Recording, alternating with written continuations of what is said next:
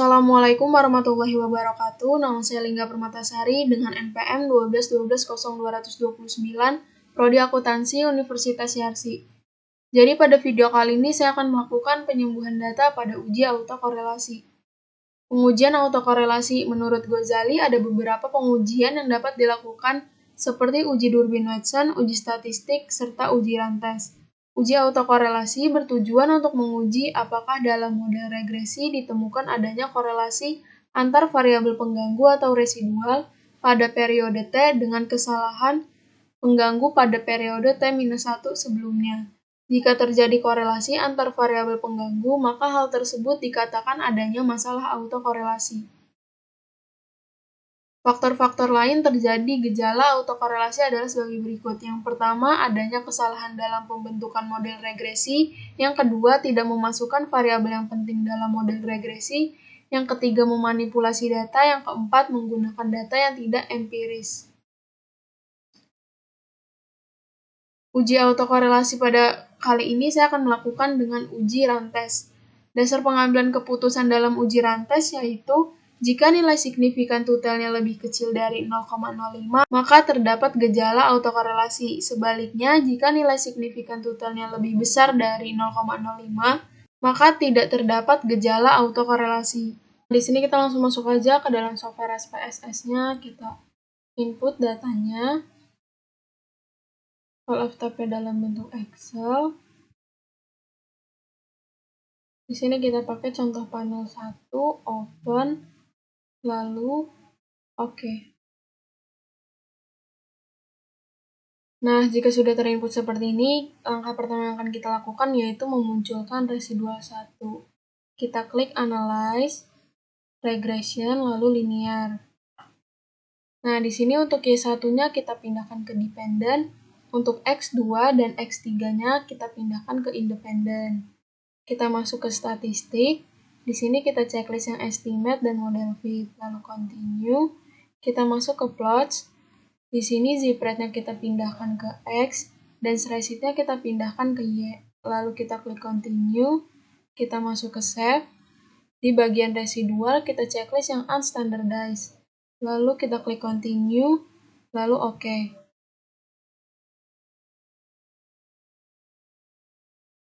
Nah, di sini sudah muncul residual satunya, lalu kita masuk ke langkah berikutnya yaitu uji autokorelasi menggunakan rantes.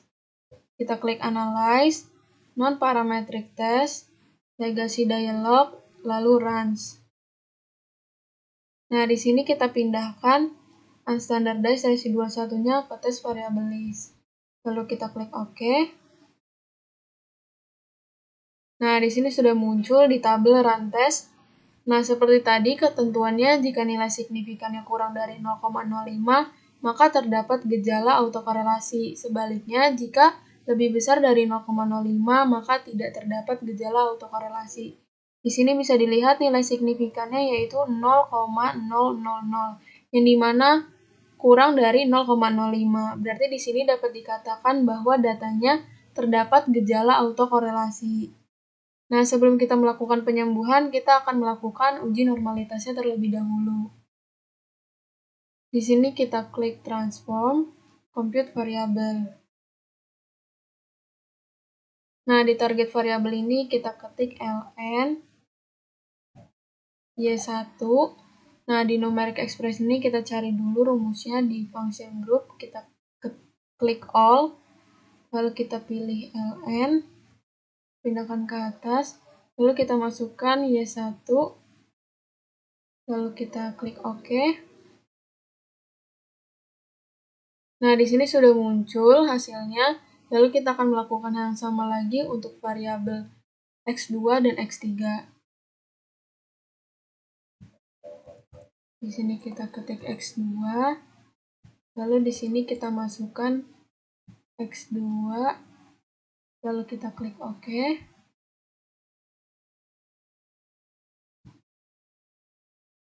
Lalu di sini kita ketik X3, dan di sini pun X3. Lalu kita klik OK.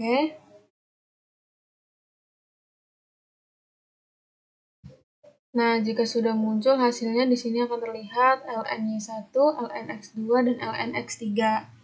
Lalu di sini langkah selanjutnya kita akan memunculkan residual 2, yaitu kita klik analyze, regression, lalu linear. Nah, di sini dependennya kita ubah menjadi ln-y1. Independennya di sini juga kita ubah menjadi ln-x2 dan ln-x3. Lalu kita klik OK.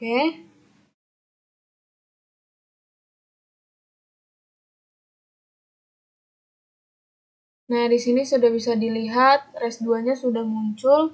Lalu kita akan melakukan uji normalitasnya. Di sini kita klik analyze, non-parametric test, legacy dialog, lalu one sample key as. Nah, di sini kita masukkan yang unstandardized residual 2 ke tes variable list. Lalu kita klik OK. Nah, di sini sudah muncul hasilnya di tabel one sample Kolmogorov-Smirnov test. Di sini bisa dilihat nilai signifikannya yaitu 0,200, yang dimana lebih besar dari 0,05. Nah, di sini jika nilai signifikannya lebih besar dari 0,05 itu berarti data tersebut terdistribusi dengan normal. Nah, karena di sini sudah terdistribusi dengan normal, lalu kita bisa lanjut untuk melakukan penyembuhan data uji autokorelasinya. Nah, di sini langkah pertama yang akan kita lakukan yaitu mentransform ln-y1, ln-x2, dan ln-x3. Kita klik transform, compute variable. Di sini kita tambahkan menjadi leg y1. Lalu di sini kita hapus, kita pilih leg. Lalu kita pindahkan ke atas. Di sini kita masukkan yang ln y1. Lalu kita klik OK.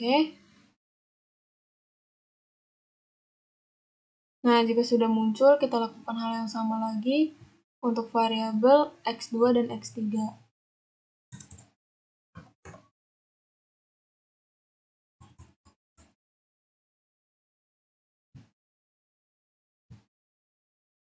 Lalu kita klik OK. Dan yang terakhir, kita lakukan untuk variabel x3.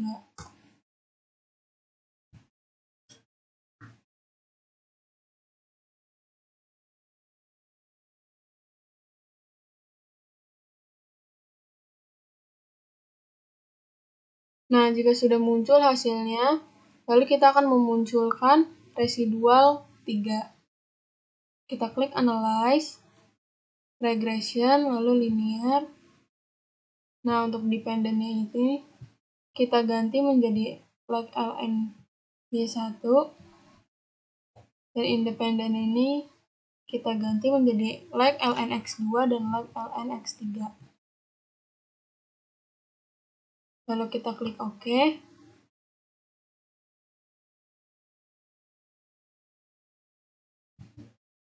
Nah, di sini sudah muncul hasilnya untuk res3-nya. Lalu kita akan mentransform kembali res3-nya. Kita klik transform, compute variable.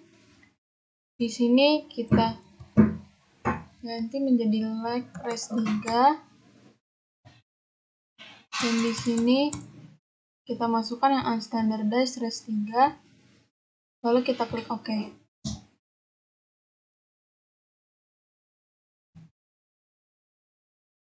Nah, di sini sudah muncul hasilnya leg res3-nya. Lalu kita masuk ke langkah selanjutnya. Kita akan memunculkan tabel koefisien. Di sini kita klik analyze, regression, lalu linear. Nah, di sini dependennya kita ubah menjadi yang unstandardized res3. Lalu untuk independennya di sini kita ubah menjadi yang leg res3. Lalu kita klik OK. Nah, di sini sudah muncul hasilnya. Nah, di sini bisa dilihat tabel koefisiennya sudah ada. Nah, untuk di kolom B ini, leg res3-nya itu nilainya sebesar 0,876. Di sini mesti kita ingat karena kita akan mentransform langkah selanjutnya. Nah, di sini kita akan mentransform kembali, yaitu kita klik transform compute variable. Di target variabel ini kita ketik ln y1 add, lalu di numeric expression ini kita pindahkan yang ln y1 dikurang dengan angka yang ada di kolom B tadi, yaitu sebesar 0,876. Lalu dikali dengan leg ln y1. Lalu klik OK. Lalu kita lakukan hal yang sama lagi pada variabel x2 dan x3.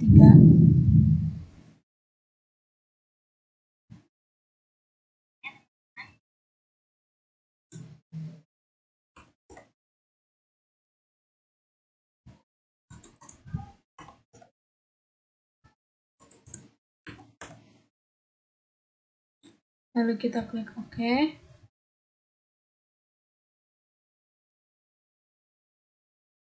Lalu kita lakukan lagi untuk variabel yang x3.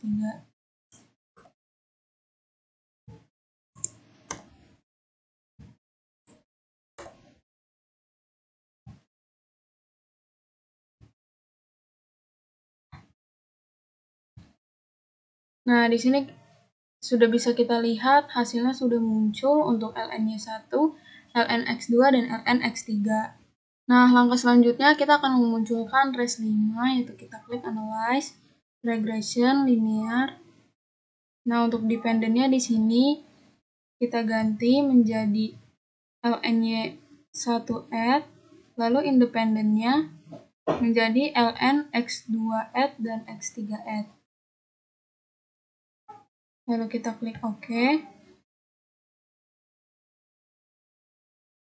Nah, jika sudah muncul res 5-nya, lalu langkah selanjutnya kita akan melakukan uji rantes atau uji autocall-nya.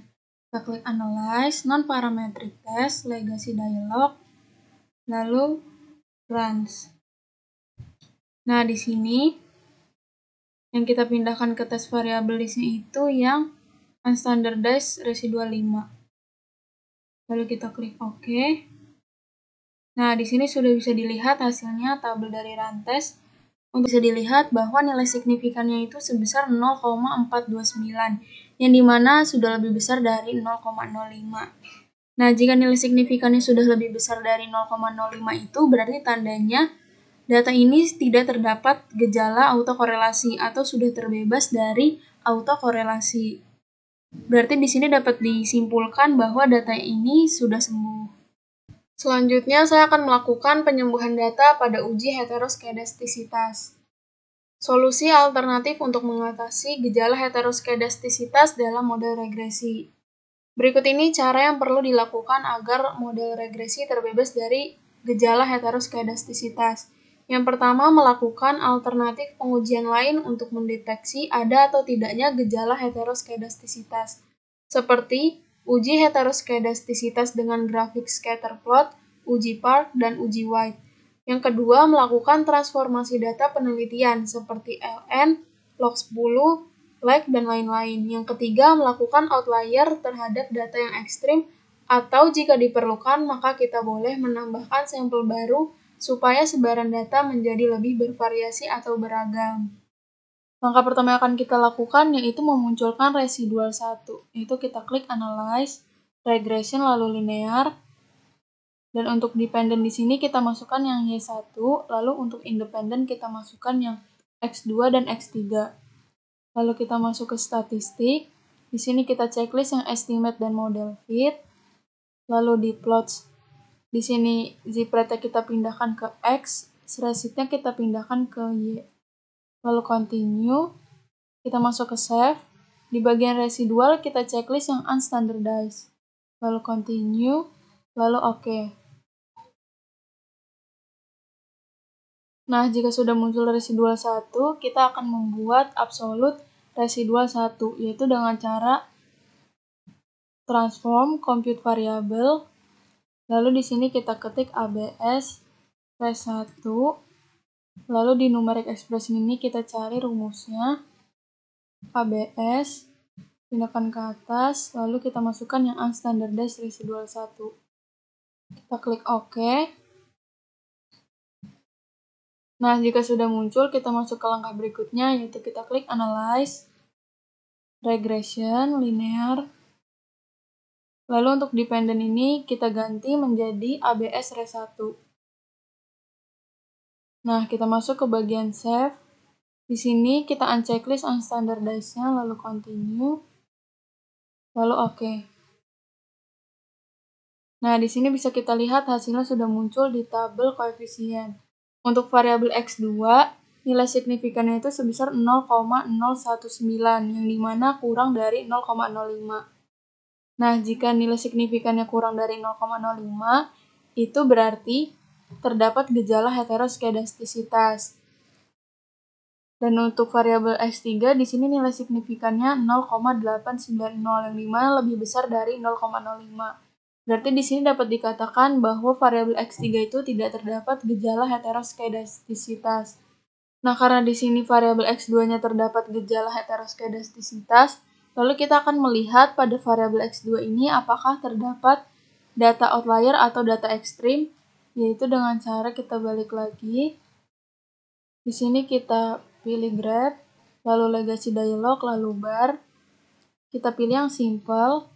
Lalu di sini kita pilih yang values of individual cases, lalu define. Nah, di bar represent ini kita pindahkan yang variabel yang terdapat gejala heteroskedastisitas, yaitu tadi yang variabel X2. Kita klik OK. Nah, di sini sudah bisa dilihat hasilnya. Nah, di sini dapat dilihat bahwa terdapat data ekstrim atau data outlier yang terlalu tinggi atau terlalu jauh daripada data yang lainnya, yaitu di baris 40. Kita balik lagi, kita cari data ke 40, lalu kita hapus atau kita hilangkan. Jika sudah, kita klik Analyze, lalu Regression, Linear, lalu kita klik OK. Nah, di sini dapat dilihat bahwa variabel X2 di sini nilai signifikannya yaitu sebesar 0,053, yang dimana sudah lebih besar dari 0,05. Nah, karena di sini nilai signifikannya sudah lebih besar dari 0,05, berarti di sini datanya sudah tidak terdapat gejala heteroskedastisitas, atau bisa dibilang data ini sudah sembuh. Sekian penjelasan dari saya, kurang lebihnya mohon maaf. Wassalamualaikum warahmatullahi wabarakatuh.